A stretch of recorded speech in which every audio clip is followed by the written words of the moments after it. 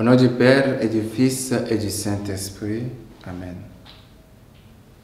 Tu es l'Esprit aux 7 dons, de toi de la droite du Père, l'Esprit de vérité promis, toi qui inspires nos paroles. Enflamme-nous de ta lumière, emplis nos cœurs de ton amour, affermis toujours de ta force la faiblesse de notre corps. Le Seigneur soit avec vous et avec votre esprit. Évangile de Jésus-Christ selon saint Marc.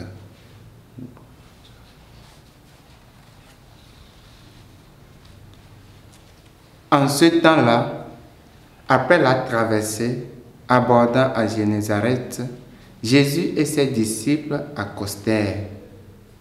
Ils sortirent de la barque et aussitôt les gens reconnurent Jésus. Ils parcoururent toute la région et se mirent à apporter les malades sur des brancards là où l'on apprenait que Jésus se trouvait. Et dans tous les endroits où il se rendait, dans les villages, les villes ou les campagnes, on déposait les infirmes sur les places. Il le suppliait de leur laisser toucher, ne serait-ce que la frange de son manteau. Et tous ceux qui la touchaient étaient sauvés. Acclamons la parole de Dieu. Aujourd'hui, dans l'évangile du jour, nous voyons le magnifique pouvoir du contact avec la personne de notre Seigneur. Le petit contact physique peut opérer des miracles pour ceux qui s'approchent du Christ avec foi. Ce passage nous interpelle sur la manière dont nous recevons le Seigneur dans la Sainte Communion.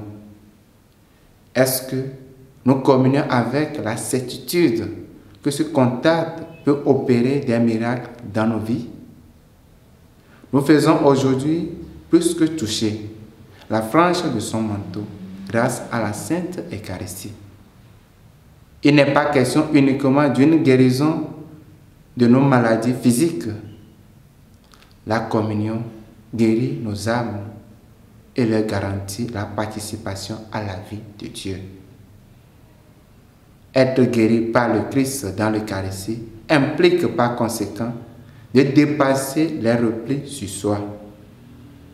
Ainsi que l'enseigne Benoît XVI, se nourrir du Christ est le chemin pour ne pas demeurer indifférent devant le sort de nos frères.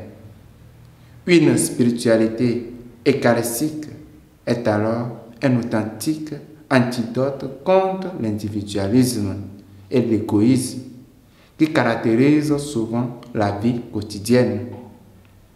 Elle porte à redécouvrir la gratuité, la centralité des relations à partir de la famille, avec le souci particulier de soulager les blessures de celles qui sont désunies. Que le Seigneur nous guérisse de nos égoïsmes et de nos isolements, comme ceux qui furent guéris de leur maladie en touchant ses vêtements. Que le Seigneur nous aide. Loué soit Jésus-Christ.